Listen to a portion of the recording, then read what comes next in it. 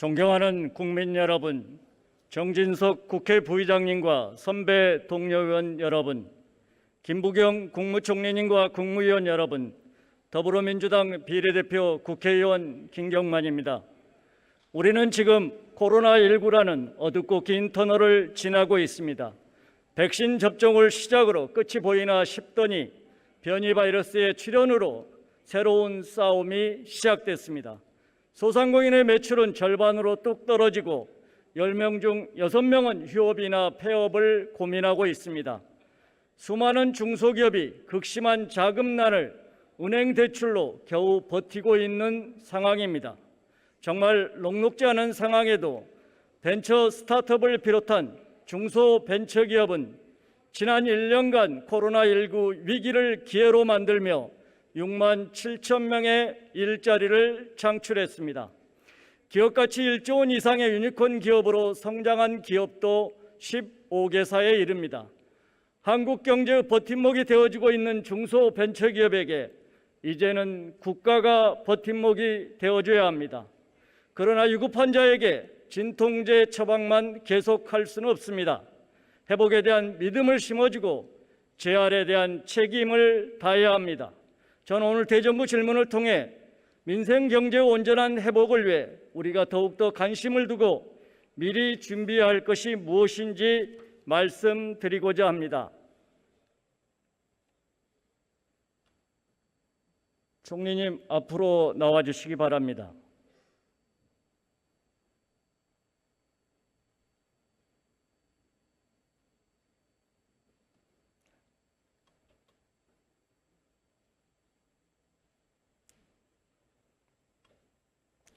본질에 앞서 한 말씀 드리겠습니다. 네. 총리께서는 어제 삼성 이재용 부회장과 함께 청년 일자리 3만 개를 추가 확대하기로 발표했습니다.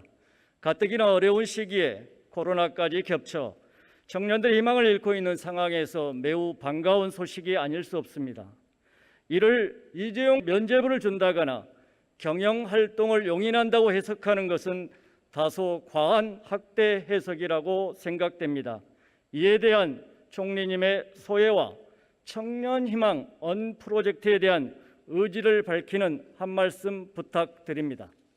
예, 의원님 발언할 기회를 주셔서 감사합니다. 청년희망 온 프로젝트는 그동안 정부가 다양한 프로그램을 통해서 청년 일자리를 만들기 위해서 노력을 해왔고, 또 기업은 기업 나름대로 여러 가지 좋은 일꾼들을 뽑기 위해서 노력을 했습니다만 항상 현장에서는 이 미스매치가 있었습니다.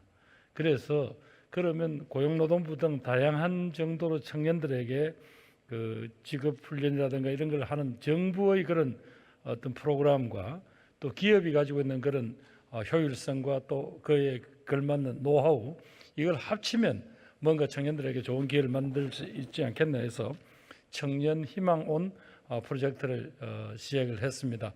1차로는 KT가 그동안 전국의 5개 자신들의 그 지역 본부를 통해서 1년에 1,200명 가까이를 AI 등을 훈련을 시켜서 이분들이 필요한 부분을 채용하기도 하고, 또 거기서 훈련받은 청년들이 다른 데 가서 일할 수 있는 그런 기회도 만들겠다는 것을 지난번에 약속을 했고요. 어제는 삼성그룹이 사피라는 소프트웨어 인력들을 훈련하거나 혹은 자신들의 다양한 이 창업에 어떤 기회를 마련해 주는 이런 프로그램을 통해서 청년 일자리를 앞으로 3년간 1년에 10,000개씩 3만 개를 더 추가로 훈련시켜서 그중에서 자기들이 필요한 사람 뽑고 또 다른 관련 업계에 진출할 수 있도록 돕겠다는 그런 거고요. 이런 부분들에 대해서 다행히 대기업들이 호응을 해서 이런 추석 연휴 끝나고 나면 계속 이 프로그램을 이어가서 적어도 6, 7개 이상의 기업들이 이런 어떤 청년 훈련들도 시키고, 그리고 앞으로 채용 시기도 대학을 졸업하는 친구들 혹은 고등학교를 졸업하고 나오는 친구들이 자신들이 미래를 조금 예측할 수 있도록 이런 어떤 걸로 정착시키려고 하고 있습니다. 네, 우리 총리님 말씀대로 다른 대기업으로 더욱더 확산돼서 우리 청년들에게 미래에 대한 희망을 심어주는 그런 프로그램이 되기를 소망합니다. 예, 의원님 그렇게 해보겠습니다. 예, 본질이 드리겠습니다. 예. 많은 중소기업과 소상공인이 생존의 위협을 받고 있다는 것을 총리께서 누구보다 더 잘 알고 계실 것입니다. 네, 아시다시피 미국, 중국, EU 등 강대국들은 반도체 관련 사람을 육성하고자 치열한 전쟁을 벌이고 있습니다. 네, 우리나라도 반도체 2차 전지 등 국가 핵심 전략 산업을 집중 육성해 국가 경쟁력을 높이고 일자리를 확보하는 것이 무엇보다 시급합니다. 네. 국가 핵심 전략 산업을 육성하기 위해서는 인프라 지원이나 파격적인 세제 혜택도 매우 중요합니다. 그러나 정부의 지원과 혜택이 대기업에만 집중된다면 오히려 대중소기업 간 격차는 더 벌어질 것이라는 우려가 있는 것도 사실입니다. 네. 질문 드리겠습니다. 따라서 정부의 지원과 혜택이 1, 2, 3차 협력 중소기업까지 이어지는 상생 생태계 구축이 매우 중요합니다. 네. 이를 위해서는 전략산업 기본계획을 수립할 때 관련 중소기업의 육성 보호 전략이 반드시 포함되어야 한다고 생각하는데 이에 대해서는 총리께서 어떻게 생각하십니까? 예, 의원님 지금 안 그래도 국회에서 의원님들이 중심으로 국가 전략산업 육성법을 지금 아마 여러 가지 입법 중인 걸로 알고 있습니다. 그렇게 하더라도 의원님 제일 중요한 것은 이 전략산업이 지속 가능하려면 거기에 따르는 아까 1차, 2차, 3 협력업체들 이른바 소부장이라고 하는 이런 부분들이 함께 가지 않으면 이게 이 생태계가 건강하고 계속 발전해 나가는데 한계가 있지 않겠습니까? 그래서 당연히 이 소부장을 감당을 해야 하거나 이런 어떤 중소기업들이 함께 지원도 받고 발전을 할 수 있도록 그렇게 하겠습니다. 네. 또한 실행력을 담보하기 위해서는 부쩍한 칸막이를 없애고 규제 개혁과 행정 간소화 등을 수행하고 국가 핵심 전략 산업을 총괄할 컨트롤 타워가 반드시 필요합니다. 특히 각종 정부 지원에서 중소기업이 소외되지 않고 중소기업의 입장이 충분히 반영될 수 있도록 컨트롤 타워 구성 시 중소기업의 인사가 비중 있게 참여하는 것이 필요하다고 봅니다. 이에 대해서는 어떻게 생각하십니까? 예, 뭐 전적으로 옳습니다. 그래서 아마 이게 정부 내에서 어떤 실행 기구를 짤 때 아까 중소기업의 입장을 잘 반영을 할 수 있는 그런 중기벤처부라든가 또 과기부라든가 뭐 기재부 또 산업부 등이 모여서 일을 할 때 이 바로 국가 경쟁력의 미래를 담보할 수 있는 이 생태계를 확실히 구축할 수 있는 그런 중소기업의 지원 방안 그걸 통해서 국가 핵심 전략 산업들이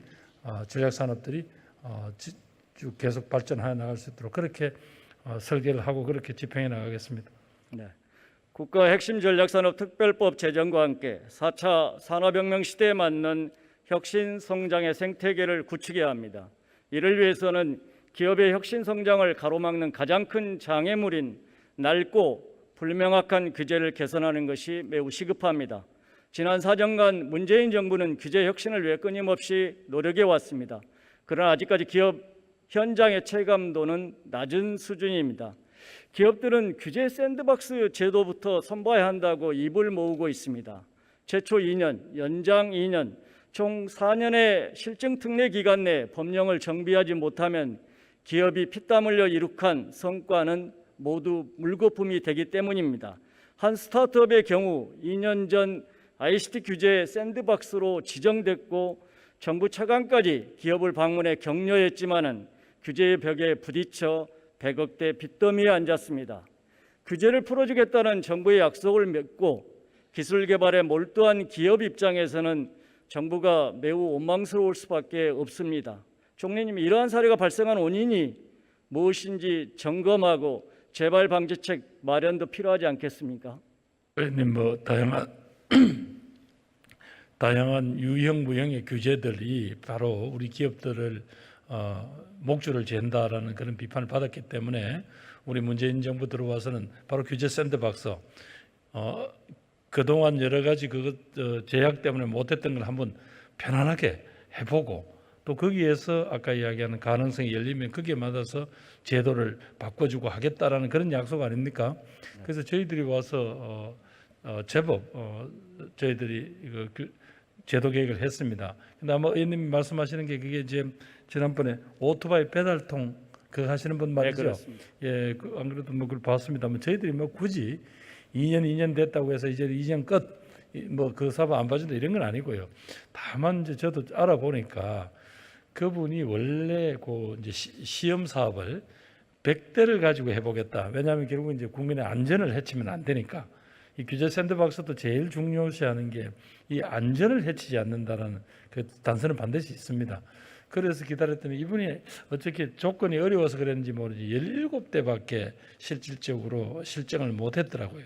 그러니까 거기에 관련된 데이터가 있어서 이것이 야간의 교통 흐름을 방해한다든가 혹은 위험을 초래한다든가 이런 것들을 분명히 어떤 아니다 그런 역할이 없다라는 데이터를 보여주셔야 될 텐데 그걸 제출하지 못한 것 같습니다. 그래서 하여튼 이 문제에 대해서는 의원님도 지적하셨고 저희들도 관심이 있으니까 어떻게든 이분이 좀 더 그런 자신이 가지고 있는 그 아이디어를 가지고 일을 해나갈 수 있는 방법이 뭔지를 한번 찾아보겠습니다. 네, 예. 신산업 분야에서 현 정부가 샌드박스 제도 도입을 통해서 이룩한 성과에 대해서는 충분히 공감합니다만은 이러한 사례가 발생하지 않도록 조금 더 디테일하게 살펴볼 필요는 있다라고 예, 보입니다. 조금 더 적극성을 가지고 보도록 하겠습니다. 예. 한편 신산업과 기존 산업 간 갈등의 골이 더욱 깊어지고 있습니다. 법률 중개 서비스 기업과 대한변호사협회, 미용 의료 플랫폼 기업과 의사협회, 부동산 중개 서비스 기업과 중개사협회 등 복잡하게 얽혀 있는 신구 산업 간 갈등 상황에 대해서는 총리께서도 잘 알고 계실 것입니다. 네. 이는 4차 산업혁명에 따른 변화를 수용하는 과정에서 발생하는 불가피한 갈등이라고 할 수 있지만 벤처 스타트업 기업의 시장 진입과 성장을 가로막는 또 다른 규제가 될 수 있습니다. 다양한 이해관계자가 갈등을 극복하고 상생할 수 있도록 정부와 국회가 보다 적극적으로 사회적 합의를 이끌어내야 된다고 생각합니다. 총리께서도 갈등 조정자로서의 역할을 당부드립니다. 예, 뭐 해주실 정부가 거죠? 그런 역할을 해야 된다고 생각합니다. 그리고 의원님, 그러니까 제도라든가 법을 바꿔야 될 부분들은 그건 의회에서 활발히 토론을 해주십시오. 네. 저희들이 하여튼 의원님 말씀하신 대로 그렇다는 이유 때문에 혹은 기존에 기득권을 가졌던 분들의 반대 때문에 새로운 도전이라든가 이런 것 자체가 원천적으로 안 되게 돼 있다. 이런 부분들은 정부 직접 나서서 어떻게든 간에 뚫어내겠습니다. 예. 네. 또 벤처 스타트업을 비롯한 중소기업이 혁신 성장을 이어나가기 위해서는 실패를 용인하고 실패를 성장의 기반으로 삼아 재도전하는 생태계를 만들어야 합니다. 재도전 활성화는 단순한 시혜적 차원이 아닙니다. 기업 생태계의 선순환을 더욱 견고히 하는 것입니다. 코로나19 팬데믹으로 수많은 중소기업과 소상공인이 폐업의 문턱에 서 있는 지금이야말로 재도전을 우리 사회의 가장 큰 화두로 삼아야 하는 시점이 아닌가 생각합니다. 재도전 활성화를 통해 실패에 대한 두려움을 해소하는 것이 코로나19 위기 극복의 원동력이 될 것입니다. 총리께서는 재도전을 가로막는 가장 큰 걸림돌이 무엇이라고 생각하시는지요? 예, 우선은 뭐 이제 사회적 낙인이랄까, 뭐 실패자라는 저는 이거부터 우선은 꼭 바꾸고 싶습니다. 뭐 의원님 잘 아시다시피 실리콘밸리의 기업들 중에 성공한 기업들이 평균 다 실패가 3번 정도 이상 된다고 하잖아요. 그래서 우리도 우리 문재인 정부 들어와서 저하고 중기벤처부 당시 행안부하고 중기벤처부가 협력을 해서 실패 박람회라는 걸 만들었습니다. 지금도 아마 매년 하고 있는 것으로 알고 있습니다만은 실패 박람회를 통해서 자기가 어디까지 노력하다가 실패했는지 그걸 발표케 하고 또 여러 가지 사례들을 모두 다 공유케 해서 여기서 우리가 어떤 다시 한번 일어설 수 있겠다라는 그런 어떤 제도적인 어떤 도움, 그다음에 어떤 낙인 효과를 찍어낼 수 있는 분위기, 이런 사회적 분위기 이런 걸 만들어 가겠습니다. 실패 박람회 또 재도전의 날 이런 것도. 그러나 또 하나는 여러 가지 우리 사회가 가지고 있는 금융이라든가 이런 데 있어서 여러 가지 불이익들 이 부분을 어떻게든 한번 좀 걷어내 줄 수 있도록 그렇게 노력하겠습니다. 실패 박람회 말씀을 잘 해주셨습니다마는 이 외에도 지난 2017년 총리께서 행안부 장관으로 재직 중일 때 연대보증의 폐해를 지적하고 제도 개선을 위해서 많은 노력을 해주셨습니다. 예. 이 자리를 빌어서 감사의 말씀을 드리고요. 예. 당시의 연대보증 폐지에 대해서 채무자의 도덕적 해이, 예. 공적 금융기관의 보증 축소, 그리고 부실률 증가에 따른 재정 부담 등 여러 우려가 있었습니다만 실제 화면에 보시는 것처럼 우리가 걱정했던 연대보증 폐지의 문제는 나타나지 않고 있습니다. 오히려 보증이 증가했던 것이죠. 따라서 2023년까지 정책금융기관의 연대보증 폐지 로드맵이 있는 것으로 알고 있습니다만 예. 이를 좀 더 속도감 있게 추진할 필요가 있지 않을까요? 뭐 이건 제가 좀 아무래도 전문성이 떨어지니까 네네. 이건 나중에 한 번 더 예. 관계 공무원하고 한번 논의를 해보겠습니다. 예. 또 정책금융기관의 연대보증은 폐지가 되었습니다만 민간 금융기관들은 정책금융기관과 연계된 보증부 대출을 제외하고는 여전히 연대보증을 실시하고 있습니다. 중소기업 자금 조달의 85%가 민간 금융기관을 통해서 이루어지고 있습니다. 이런 면을 고려할 때 민간 금융기관의 연대보증 폐지 무엇보다 중요합니다.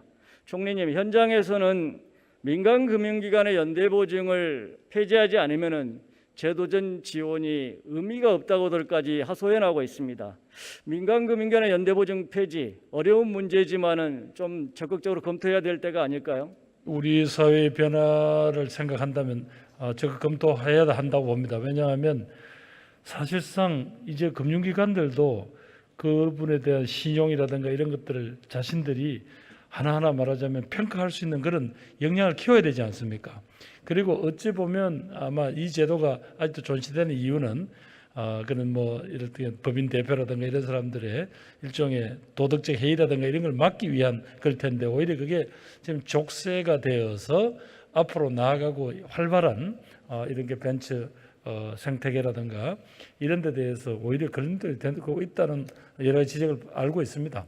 그래서 요거는 조금 금융기관들이 그런 리스크를 잃혀지지 않겠다고 하면 이건 곤란하다 하는 그런 취지를 가지고 이건 금융위원회 위원장하고 한번 이거 상의를 해보겠습니다. 네. 민간 금융기관 연대보증을 폐지하는 방안으로 책임경영 심사제도를 도입하고 현행 신용평가 시스템을 좀 고도화하도록 정부가 보다 더 적극적으로 지원해 줄 것을 제안합니다. 그런 정책 제안이 들어와 있습니다. 네네. 또 아까 총리님께서 말씀하셨습니다마는 연대보증 문제와 함께 심각한 문제가 바로 신용불량자라는 낙인입니다. 그렇습니다. 한번 낙인시키면 사실상 모든 경제활동이 제한되지 않습니까? 연대보증 면제나 파산, 회생 절차를 통해서 채무가 사라져도 관련인 등록을 통해 한번 발생한 부정적인 시정 정보는 여전히 남아 있습니다. 금융기관은 이런 정보를 공유합니다. 이에 따라서 연대보증인에 대한 부당한 대우는 사라지지 않고 있습니다. 이러한 주원글씨 해소해야 되지 않겠습니까? 왜냐면 뭐 그게 정말 좀 부끄럽지만 아직도 우리한테 남아 있는 어찌 보면 그 사회적 약자에 대한 최소한도의 그 어떤 뭐 연대의식이랄까 이런 부분들이 부족해서 결국 한번 경쟁에서 한번 어떻게 미끄러지면 아예 다시 재진입을 불가능하게 하고 하는 이 풍토는 바꿔야 되지 않겠습니까? 그것 중에서 금융기관이 중요한 자신들의 정책적인 수단과 기회를 가지고 있는데 그런 부분들을 이렇게 서로 악용하는 부분들에 대해서는 어쨌든 이걸 좀 제도 개선을 하도록 우리 금융위원회 또 경제부총리 이런 분들하고 상의를 하겠습니다. 예, 말씀하신 대로 민간 금융기관의 연대보증 폐지, 신용불량 정보 삭제는 분명 쉽지 않은 과제입니다. 수십 년간 이어져온 금융 시스템을 바꿔야 하기 때문입니다. 지금 이 자리에 경제부총리님, 또 금융위원장, 중기부 장관, 관련 부처의 장들이 다 계시지만은 이 문제는 어느 한 부처의 의지만으로 해결 가능한 일이 아닙니다. 긴 시간 이렇게 총리님께 말씀을 드리는 이유도 이 때문이고 또 총리님께서 긴밀하게 협의하신다고 답변을 해주셔서 한편으로 또 기대감을 갖습니다. 총리님 장시간 답변해 주셔서 감사합니다. 이제 들어가시죠. 감사합니다. 다음 산업부 장관님께 질문드리겠습니다.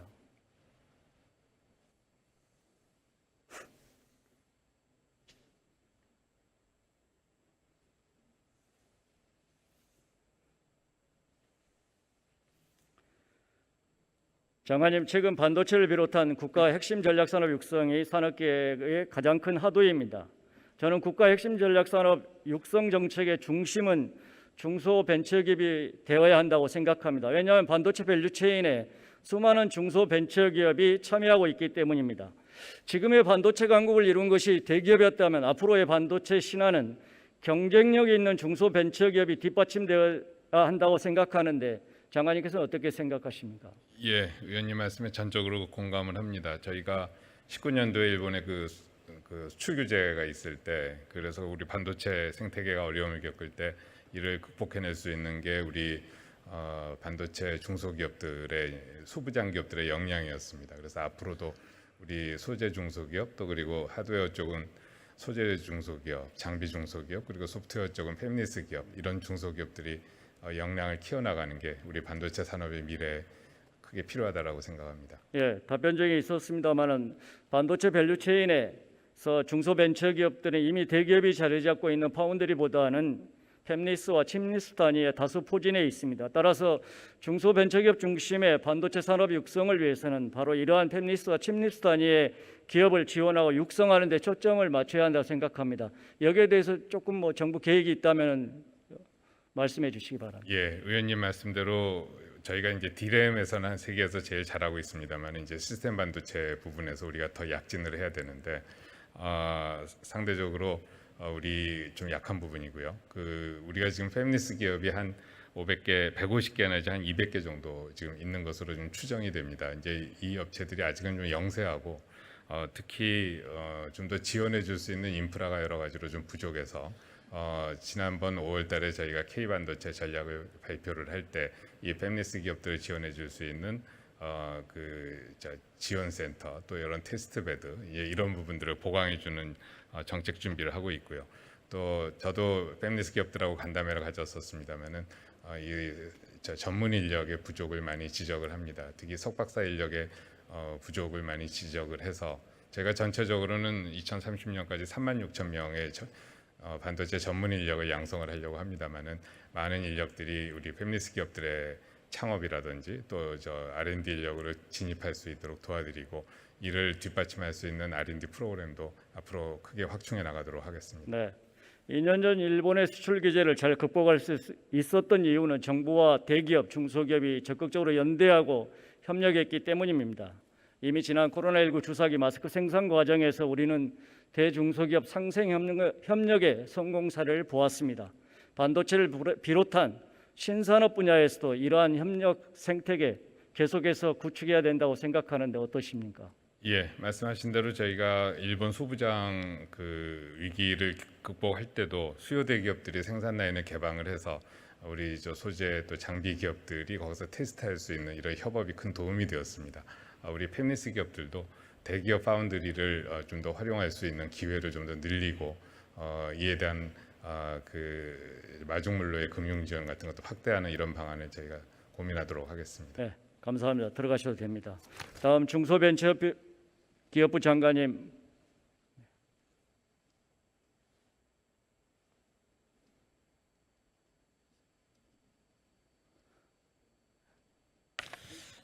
제도전 활성화에 대해 질문드리겠습니다. 네. 총리님께서도 말씀하셨습니다만 벤처 창업의 요람인 미국 실리콘밸리의 성공 비결은 실패에 대한 관대함입니다. 장관께서도 잘 알고 계시겠지만 과거에 중소기업청 시절에 제도전 지원 특별법 제정을 추진했던 적이 있습니다.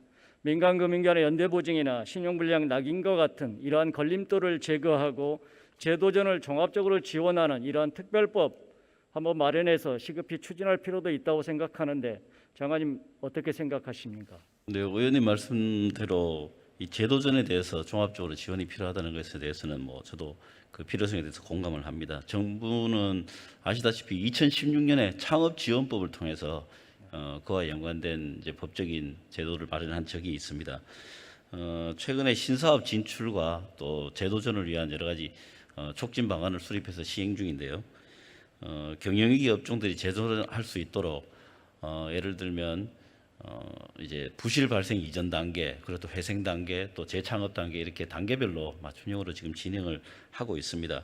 특별법 제정과 관련해서는 민간의 의견도 좀 더 수렴해 보고요. 또 그동안에 제도전 관련한 여러 가지 정책들의 현황도 좀 분석해서 종합적으로 판단하도록 하겠습니다. 네, 저희 국회도 같이 힘을 더하겠습니다.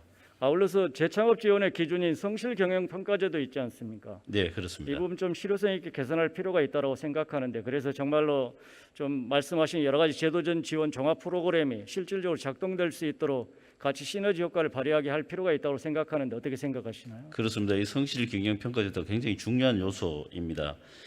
기존에는 이제 5개 기관이 별도로 심사를 하다 보니까 좀 일관성의 문제라든가 이런 것들이 좀 문제 제기가 있을 수 있습니다. 그래서 향후에 민간을 포함한 그 하나의 심사위원회에서 좀 일관성 있게 심사를 할 수 있도록 좀 전면 바꿀 그런 계획으로 있습니다. 네, 각별한 신경 부탁드립니다. 들어가셔도 되겠습니다. 네, 감사합니다.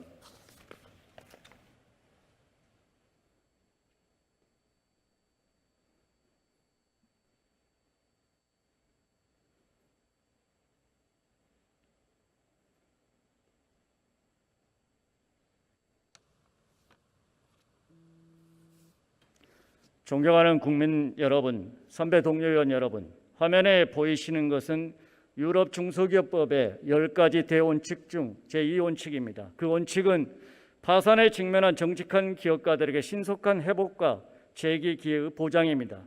우리 역시 한번 넘어져도 오히려 응원하고 다시 손잡아 일으켜 세워지는 안전망을 조속히 마련해야 합니다. 한 번의 실패가 영원한 실패가 되어서는 안 됩니다. 지금껏 우리는 위기 극복과 회복을 위해서 그 누구보다 노력해 왔습니다. 이제는 한 단계 더 나아가 4차 산업혁명 시대에 걸맞은 산업 생태계를 구축하고 제도전 활성화에 대한 답을 준비해야 합니다. 중소벤처기업의 회복과 도약을 통해 코로나 이후 미래 경제를 준비해야 합니다. 그것이 정부와 국회의 역할입니다. 경청해 주셔서 감사합니다.